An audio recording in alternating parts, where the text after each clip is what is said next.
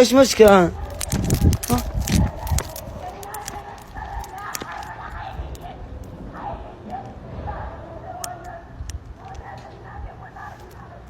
سالفة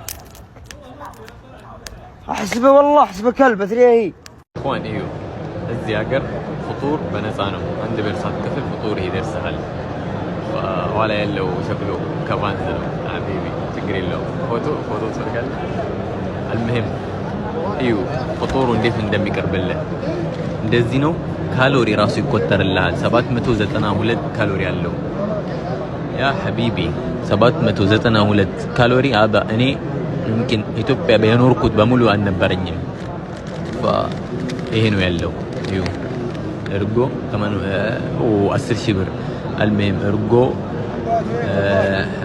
ሞያ ኬክ ተምር يا اخي من አይነት ሀገር ነው ያለነው والله من አይነት ሀገር ሁሌም ዱዓ ብታረግላቸው እነዚህ አይበቃቸው በየቀኑ መተህ ፍጡር በነፃ አለ يعني ይሄ ልበል እኔ ራሱ ቃል ጠፋብኝ ወይኔ ገና 6 ሰዓት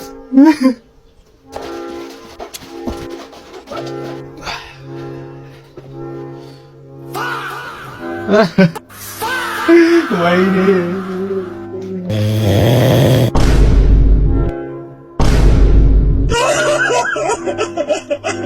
2000 years later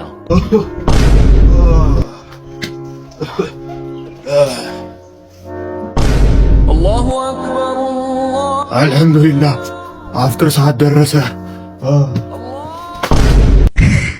ማብራት ኃይልና ረመዳን በህሊና ቢሶች የተሞላው ማብራት ኃይል አመቱን ጠብቆ በረመዳን ወር አፍጥር ሰዓትና ስሁር ሰዓት ላይ ሆን ብሎ ማብራት ማጥፋቱ ለሙስሊሙ ማህበረሰብ ያለውን ጥግ የደረሰ ጥላቻና ንቀት ሲያሳይ ይስተዋላል።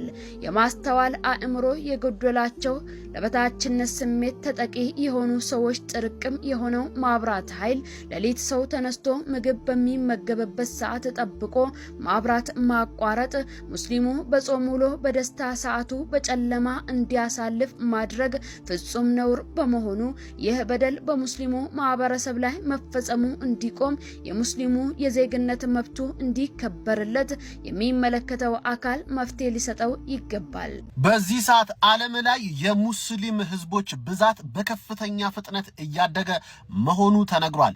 በአሁኑ ወቅት የሙስሊም ብዛት በመድራችን ላይ 2.02 ቢሊዮን አካባቢ እንደሆነ ተነግሯል። የክርስቲያኖች በንጽጽርነት 2.3 ቢሊዮን የህዝብ ብዛት እንዳላቸው 2022 ላይ የወጣ ጥናት ዘግቧል። በዚህ ጥናት ኤስቲሜሽን መረጃ ከሆነም ይሄ ቁጥር እጅግ በጣም እየጨመረ ሄድና ከ2030 በኋላ የሙስሊም ህዝብ ብዛት የክርስቲያኑን ኦፊሻሊ መብለጥ እንደሚጀምር ግምቱን አስቀምጧል ማለት ነው። ሰብሳሃራን ፖፑሌሽን አካባቢ ከአፍሪካ በታች እጅግ በጣም በፍጥነት ያደገበት አካባቢ እንደሆነም መረጃው ገልጿል። ይህንን መረጃ እንግዲህ ማግኘት ትችላላችሁ። ሁላችሁም እየገባችሁ ጉግል ላይ ሙሉ በሙሉ መረጃውን መውሰድ ትችላላችሁ። በዚህ አጋጣሚም እንግዲህ ለመላው የሙስሊም ወንድም እህቶቼ መልካም የረመዳን ጾም እንዲሆን እመኝላችኋለሁ።